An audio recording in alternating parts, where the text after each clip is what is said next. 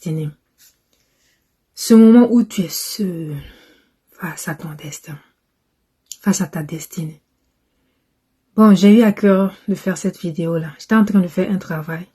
Donc j'ai arrêté le travail, je vais faire la vidéo. Le combat de la destinée.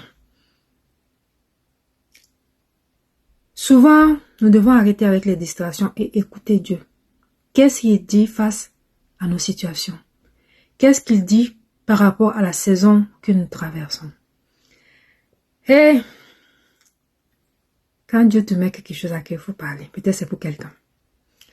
En juin passé là, j'avais investi beaucoup d'argent. Ça devait sortir depuis janvier passé. C'est là que ma mentor m'avait donné des idées. J'ai dit d'accord, je n'avais pas vu ça. Je vais faire. J'ai décidé de lancer ma gamme d'une manière professionnelle, de faire dans un laboratoire. Janvier, ça devait sortir. L'année commence, tout va bien. Les attaques avant ça. Janvier commence, tout va bien. Février, les attaques ont recommencé. De plus belle. Mois de mars, ça s'intensifie. Avril, je n'arrivais même pas à parler. Mai, j'ai commencé à me retirer des réseaux sociaux. Juin, où tout est fini, le colis est en route pour venir. Même pour faire les étiquettes, c'était un combat. Mais j'ai pas lâché. Je me suis engagée avec tout ce qui me reste, avec mes économies, et de lancer la production. Même au niveau des étiquettes. Ils ont fait les étiquettes c'était en anglais. J'ai dit c'est pas grave. J'ai cherché quelqu'un pour traduire. La personne a bien fait. Comment elle s'appelle? C'est Miss Com. Si vous voulez son contact, je vais vous envoyer. C'est Miss Com. Elle est très patiente, la fondatrice. Je lui ai expliqué ce que je voulais, m'a fait les étiquettes. J'ai renvoyé au laboratoire. J'ai dit, je veux ces étiquettes-là. Ils ont mis dessus. Ils m'ont envoyé le colis par DHL. Le colis arrive le 20 juin 2025. C'est là que je tombe malade. Je peux même pas me lever. C'est-à-dire qu'ils sont venus déposer les cartons, beaucoup de cartons devant ma porte. J'ai juste tiré. J'ai déposé dans un coin. Je n'avais même pas la force. Et après ça, les boutons sur mon visage. Je dis que c'est une gamme pour la peau noire et métissée, pour les peaux à imperfection. C'est là que les boutons sortent sur mon visage. Bon, vous voyez? C'est là que les boutons sortent sur mon visage. J'ai dit, Seigneur, là, c'est trop. J'ai investi tout mon argent dans cette gamme. J'ai parlé comme ça à Dieu. J'ai dit, j'ai investi tout mon argent. Tu sais que je ne compte que sur toi. Regarde, je ne peux même pas vendre parce que les clients sont exigeantes.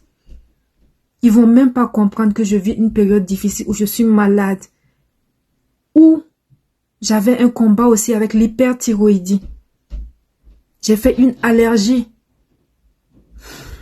Je sais même pas si je dois dire ça. L'année passée, ils m'ont détecté, ils m'ont diagnostiqué une hyperthyroïdie en octobre 2024. 3 semaines de traitement, j'ai fait une réaction allergique au tapazole avec une atteinte hépatique, c'est-à-dire le foie était touché et gravement. J'ai même fait une biopsie du foie. J'ai tellement pleuré. Mais Dieu m'a guéri. Donc, les gens ne vont pas comprendre que tu es dans tout ça, le foie est touché. Tu fais l'hyperthyroïde. L'hyperthyroïde, c'est au niveau de la glande thyroïde. C'est les hormones. J'avais des maux de ventre, je vomissais. Mais les clients... Et le Seigneur, c'est trop. Les gens, non seulement ils vont pas acheter les produits, ils vont m'insulter. J'étais dans un état de choc où je n'arrivais même pas à pleurer. Je regardais tout, j'avais plus rien dans mon compte. Mais répète après moi. Nous avons un Dieu qui restaure tout. Répète après moi. Quand j'ai parlé à Dieu comme ça, je vais aller où? Je ne m'appuie que sur Dieu. Je suis restée tranquille. J'ai pris un congé de 4 mois. dans la présence de Dieu. Je louais Dieu, je me reposais. Je fais comment? Je regardais mes produits me regardaient. Je voulais que la vidéo soit sérieuse. Mois de juillet est passé. C'était mon anniversaire. Moi, fin juillet, bon, je vais parler de ça dans une autre vidéo pour ne pas que ça soit trop long. Fin juillet passe. Fin août passe. Septembre passe. On me programme le 24 septembre pour aller faire une biopsie du foie. J'ai dit Dieu merci. Je suis partie. Le jour là, j'ai pleuré. Ça faisait mal. Ils ont fait une biopsie du foie.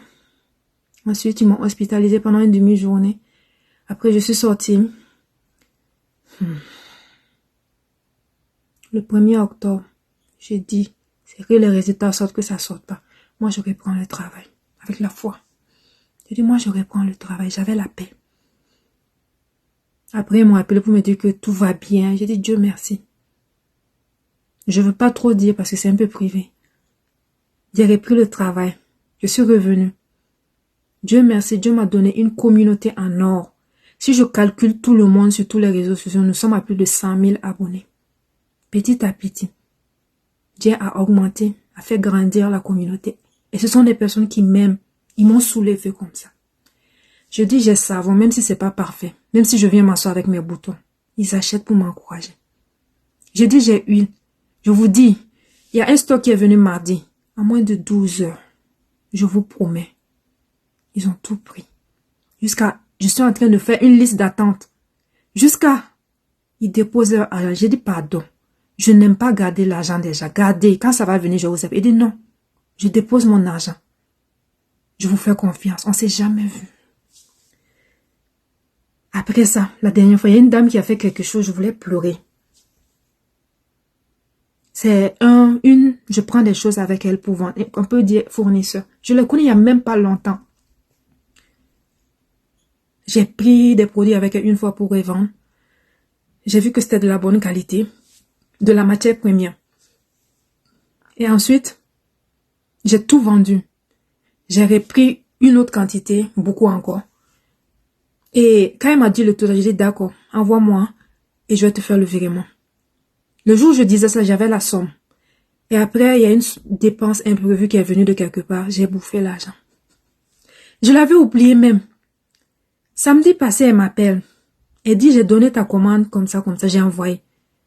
Je voulais mettre mes 2 mains sur ta. Il dit, wow, son argent.